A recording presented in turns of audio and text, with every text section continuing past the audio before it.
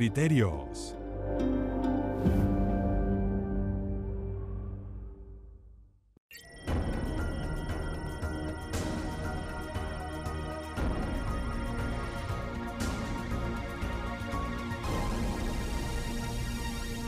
De regreso a su programa Criterios. Hoy estamos con el doctor Juan Manuel Rafali. Él es abogado constitucionalista y profesor universitario en la Católica, ¿no? Sí, en la Monte Ávila. Exacto. Y en la Monte Ávila. Bienvenido, Juan Manuel. De verdad que nos complace mucho tenerte aquí en el programa. No, agradezco yo la invitación, hermano. Gracias.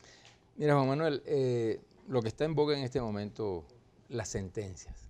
156, 155, 156 y las dos aclaratorias. ¿Qué significa eso dentro de todo este valor constitucional que tiene nuestra Constitución? Sí. ¿Qué elementos significan eso en cuanto a lo que si es un error inexcusable, que se ha planteado mucho? Esta es una sentencia que modifica la otra cuando la mayor interpretación del poder, pues, de la justicia está en el TCJ. Para ti, ¿qué significa eso? Bueno, voy a tratar de evitar entrar en tecnicismos que verdaderamente son a veces muy difíciles de digerir, ¿no? Sobre todo para el público y en un día como hoy, que esta gente está como más tranquila, ¿no? Básicamente, hay que partir de una premisa, hermano. Cuando en los estados hay separación de poderes y están funcionando bien, no hay que explicarlo.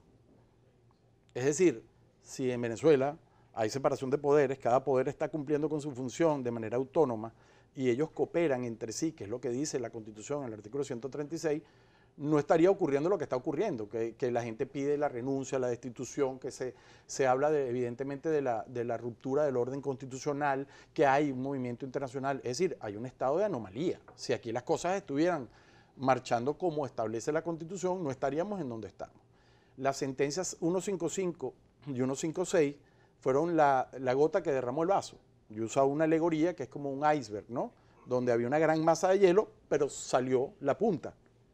Entonces, ¿pero qué se evidencia? Ahí se evidencia en la sentencia 155, se dice claramente que los diputados incurrieron en traición a la patria al aprobar un acuerdo en donde desean activar o apoyan la activación de la Carta Democrática, y expresamente se dice que ellos no tienen inmunidad parlamentaria porque la Asamblea está en desacato y está actuando ilegalmente.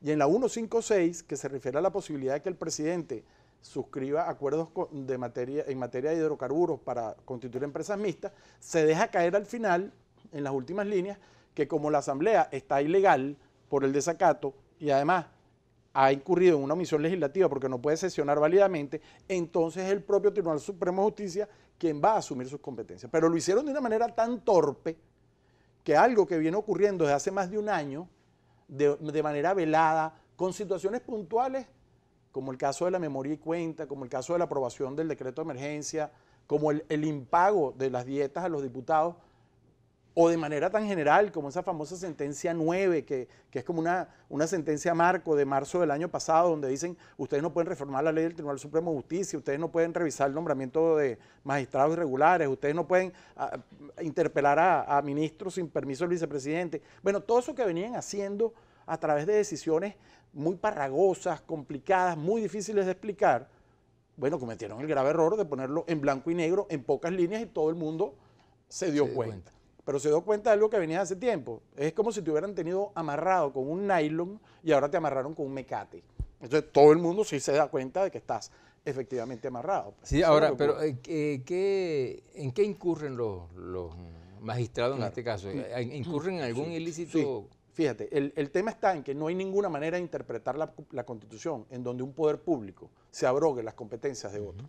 Ninguna, porque eso rompe precisamente el principio de la separación de los poderes públicos, de la cual dependen los contrabalances, los contrapesos democráticos. Si no, pues se da una situación absolutista, y lo que está ocurriendo es que el Poder Judicial se está convirtiendo en un instrumento para que el Poder Legislativo no ejerza sus funciones. Y eso se debe a un solo hecho, y es que la Asamblea Nacional está en manos opositoras, y es el primer poder legítimo y democrático del país porque tiene representantes de todos los estados, incluyendo la situación absurda de Amazonas, que Amazonas la dejaron sin representación a través de esa vil de decisión cautelar de la sala electoral sobre el tema de estos diputados. Por eso es que Venezuela es un estado federal, porque todos los estados están representados en el Parlamento. Entonces se crearon una sentencia absurda, dejaron fuera a los diputados de Amazonas, tienen más de un año que no resuelven, cuando el periodo constitucional es de 5 años, y aun cuando estos diputados se desincorporaron, dijeron, bueno, están en desacato, y como están en desacato, entonces yo asumo las funciones. Y eso ha venido pasando desde hace tiempo, y las aclaratorias recientes, que además jurídicamente son absolutamente irregulares, porque ninguna sentencia puede ser revisada de oficio para cambiar su contenido, sino para aclarar errores materiales, errores numéricos o de forma, pues bueno, lo que hace es ratificar la situación. ¿Y en este caso qué fue lo que ocurrió? Lo que ocurrió con esas 2 sentencias es que el acabar con la inmunidad parlamentaria y darle al presidente la posibilidad de crear tipos penales contra los diputados para ser juzgados, incluso por traición a la patria, y al decir la Sala Constitucional que ella puede asumir las competencias de la Asamblea o incluso delegarla a otro poder, se acaba un principio básico de la democracia y del orden constitucional, que es la separación funcional de los poderes públicos. O sea, que le dan todos los poderes. Le dan los poderes, se autoabroga los poderes de la Asamblea Nacional y se los reparte con el presidente de la República, y además se establece la posibilidad de sancionar a los diputados incluso por la vía penal. Ellos trataron, quitando 2 o 3 líneas o eliminando algunos párrafos de las órdenes cautelares que contienen esa decisión, trataron de corregir la situación, pero dejan todas las sentencias que sirven de base a esos fallos, y por lo tanto todo lo que venía ocurriendo desde enero del año pasado para acá o de diciembre se mantiene. O sea, lo que está debajo del agua sigue allí, en ese iceberg. Lo que quieren es quitar la puntica porque causó un escándalo a nivel mundial. Claro, ¿cuáles son las diferencias sustanciales entonces entre las nuevas sentencias y las anteriores? Bueno, las nuevas sentencias suspenden las órdenes cautelares, en donde se dice que la sala asume para sí las competencias y donde se le da al presidente la posibilidad de revisar, para evitar una conmoción interna, una serie de leyes e ir contra los magistrados, pero siguen señalados de traición a la patria, siguen sin poder ejercer sus funciones. Mira, hermano, aquí hay algo importante. Si aquí hubiera ocurrido un verdadero propósito de enmienda, mañana la Asamblea cita a un ministro, de acuerdo a la ley de comparecencia de ciudadanos, al Parlamento para interpelarlo, y tiene que ir. Va a ir. Mañana la Asamblea le pudiera mandar un acuerdo parlamentario al presidente diciendo, mire, usted no puede seguir prorrogando el estado de emergencia económica porque es inconstitucional, pues eso no podía durar sino 4 meses y ya va por 1 año. Y además yo no lo he aprobado. Y el presidente de la República va a decir que no. Es que el propio presidente del Tribunal Supremo de Justicia sigue hablando de desacato. Y eso es una situación perversa, no solo en su origen, porque en un proceso electoral hay que privilegiar al candidato que resultó proclamado hasta que sea sustituido, sino porque es la excusa para tratar de anular a la Asamblea Nacional, porque, bueno, simple y llanamente, el gobierno no quiere lidiar con una Asamblea Nacional que es opositora, pero es que además lo han verbalizado. Entonces, ¿cómo van a decir que aquí hay separación de poderes cuando tienes más de 1 año atentando contra la Asamblea, anulándole leyes sin pagarle a los diputados y asumiendo las competencias por vía de la Sala Constitucional en reiteradas ocasiones, no solo últimamente? ¿A tu criterio tú crees que hay una ruptura del orden constitucional como se estableció en algún sitio? Sí, fíjate, se está hablando mucho de golpe de Estado. Y golpe de Estado uno entiende que es la concepción antigua de unos militares entrando armados, bueno, como cuando Chávez, que la tanqueta entrando a Miraflores. Bueno, eso está abandonado. Ya no hay golpes de Estado en ese sentido, pero pueden haber golpes al Estado. El caso de Brasil en este caso puede tipificarse como un golpe de Estado. Claro, lo que pasa es Temer y Rusia. Sí, ahí lo que pasa es que hay un proceso judicial donde hubo derecho a la defensa, donde hay un proceso completo, donde la persona tuvo la posibilidad de defenderse, y ocurrió lo mismo que pasó aquí en relación con Carlos Andrés Pérez cuando salió del poder muy pocos meses antes de lo que fue la finalización del mandato. Entonces, claro, hay un funcionamiento institucional real. Eso es lo mismo que la calificación de las faltas de los magistrados que cometieron este error en esta sentencia, y hay mecanismos previstos en la Constitución para evaluarlo. Juan Manuel, tenemos una sección que es ¿qué nos dice la gente desde la calle? Vamos a escucharlo. Seguro. Y lo respondemos en el próximo segmento.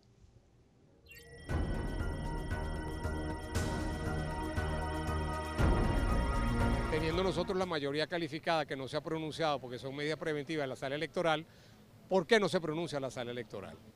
¿En cuánto tiempo vamos a tener una respuesta para esta situación tan grave que le ha generado al país los magistrados del Tribunal Supremo? ¿Cuándo el país va a tener una respuesta concreta a esta solución?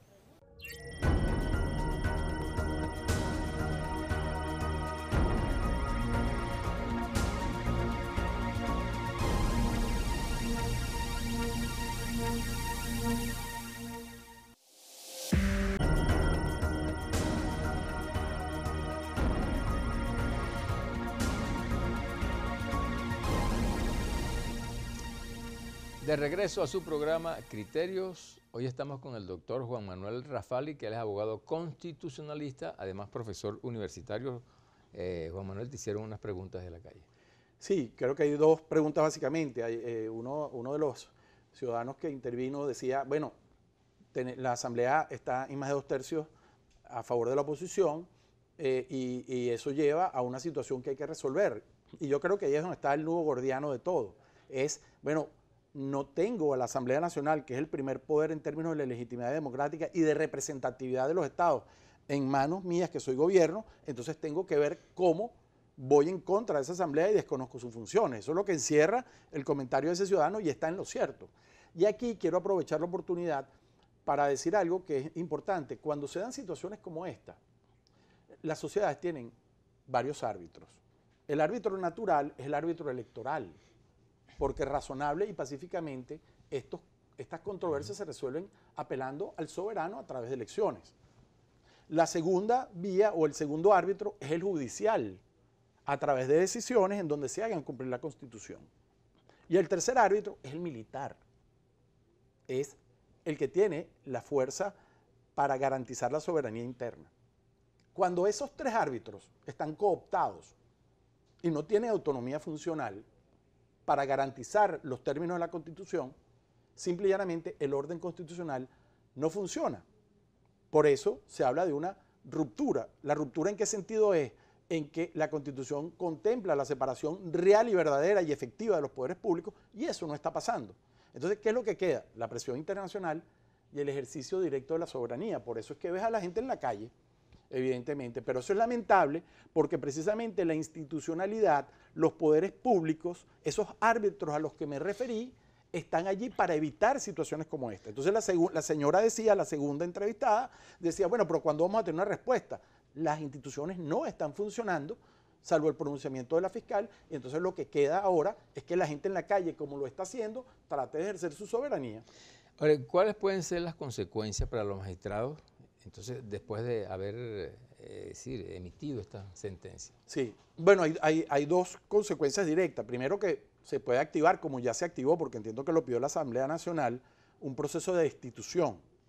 Y ese proceso de destitución supone 2 de 3 votos del Consejo Moral Republicano, es decir, de la fiscal, del contralor y del defensor del pueblo. Que, por cierto, la respuesta sobre la calificación de falta grave de esos magistrados no puede ser un comunicado público, tiene que ser un acto administrativo formal y motivado.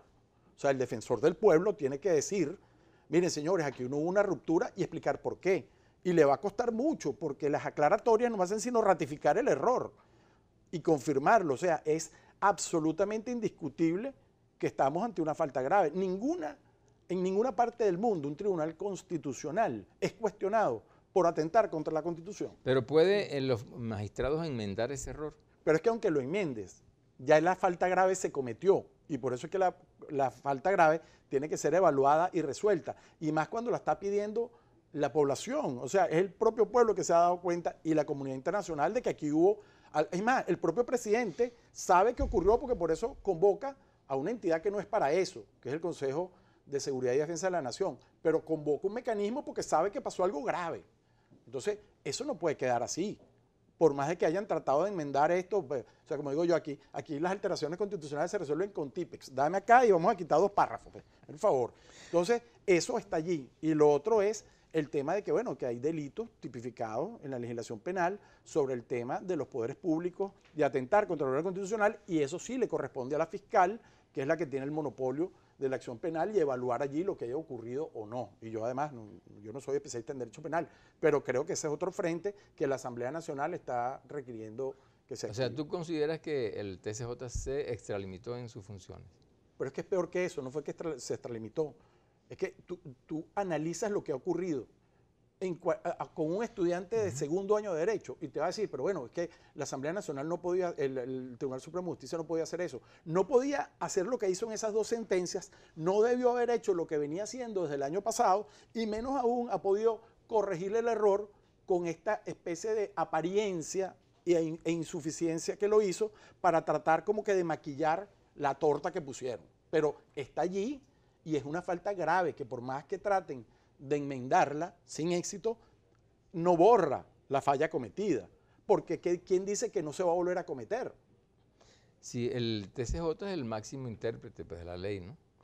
Y el hecho de que ellos hayan emitido esos pronunciamientos, es decir, sí, lo establece, digamos, con una jurisprudencia, pudiéramos decir. Sí, claro, el último intérprete de la Constitución está en manos de personas que además por su dependencia política, porque ahí hay diputados, hay viceministros, hay candidatos a cargos de elección popular por el PSV, bueno, evidentemente han dictado un fallo que ha sido absolutamente cuestionado. Entonces yo creo que deberían hacer de ellos, decir, bueno, señores, este escándalo que se armó por culpa nuestra nos obliga a nosotros a apartarnos del cargo. Pero obviamente no lo van a hacer porque lo que está ocurriendo, ¿verdad?, es que aquí hay una especie de comparsa del Poder Ejecutivo y del Poder Judicial para anular a la Asamblea Nacional, que es opositora. Pero si esa es la realidad, eso no lo podemos ocultar.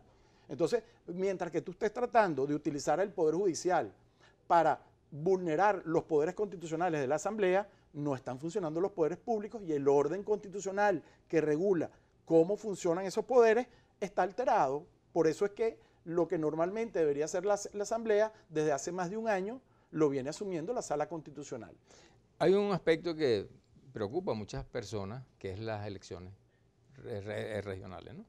Y que el CNE pues, debió haberlas, es decir, dado el cronograma el año pasado, sin embargo, hoy aún no lo ha dado. ¿Qué significa eso desde el punto de vista constitucional?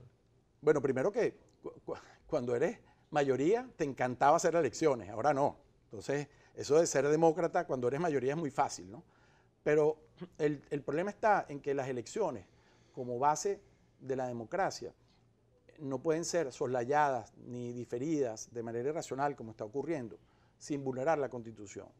¿Y por qué? Porque ni siquiera bajo una situación de estados de excepción, de acuerdo a la Constitución, a la Ley Orgánica de Estado de Excepción y a los pactos y acuerdos internacionales que obligan a la República, tú puedes obviar un proceso electoral. Pero es que no solo es que no hay elecciones, sino que aquí hay creo que son 5 o 6 gobernadores que se designaron administrativamente, que nadie los eligió. Entonces, a mí lo que me preocupa, y esto es un llamado de verdad a la reflexión a la gente del gobierno y sus seguidores, esto no es un problema de ideología política ni de partido, yo no estoy aquí levantando banderas a favor de la oposición, ni mucho menos. Yo lo que estoy es hablando desde la óptica constitucional. Y lo que les quiero decir es que tienen que revisarse, porque lo que está quedando en evidencia es que el gobierno está actuando sin vocación democrática. Eso es decir, aquí hay elecciones solo si están dadas las condiciones. No, señor, aquí hay elecciones porque tiene que haber elecciones. Y es una irregularidad constitucional que el presidente además diga, no, en el 2018... ¿será que hay elecciones? ¿Qué es eso? Usted tiene que llamar a elecciones. Lo que pasa es que no te quieres medir y eso te deslegitima en cuanto a lo que es la base de cualquier fuerza política, que es el apoyo popular. Juan Manuel, llegamos al final de este segmento. Danos una reflexión final al país. Yo quiero llamar al país a la unión, a la unidad. Yo insisto, yo creo que este es el país de todos. Yo llamo al gobierno a una reflexión sincera, a todos los poderes públicos. Esto no es posible que sigamos como estamos, cuestionándonos el funcionamiento del poder público y la finalidad del Estado cuando estamos en medio de la crisis social más horrorosa que ha vivido el país. Por favor, sean hombres de Estado, sean demócratas, siéntense con sus correspectivos pares de la oposición, pero para generar salidas políticas e institucionales como manda la Constitución y como manda la razón. Muchísimas gracias. Gracias a ti. El alerta dado por la fiscal general acerca de la ruptura del ordenamiento constitucional debe ser visto como la necesaria vigilancia que se tiene que ejercer sobre la marcha de la institucionalidad que por momentos lució amenazada, en aras de reconquistar el equilibrio y autonomía de los poderes públicos, norte de la democracia, sobre el cual se sustenta la vida republicana. Las libertades públicas son un derecho inalienable que debe garantizarle al pueblo el derecho al disenso y al debate, la expresión más genuina de cualquier democracia. La semana que concluye ha sido sin duda una de las más intensas en el devenir democrático de Venezuela. Lo acontecido surge como un blindaje frente a expresiones jurídicas que pudieran lesionar los preceptos constitucionales. Finalmente, las y los venezolanos debemos unirnos y rechazar firmemente la injerencia de otros países en los asuntos internos de nuestra nación. Nuestra Constitución contiene todos los mecanismos necesarios para resolver nuestras diferencias. Y no olvidemos que las luchas políticas son mecanismos válidos para preservar lo más preciado y anhelado por todos los pueblos del mundo, su libertad. Seamos vigilantes del destino de nuestro país. Hemos llegado al final de su programa Criterios. Será hasta el próximo domingo a esta misma hora. Tengan todos un feliz día y recuerden que en Globovisión nos vemos todos.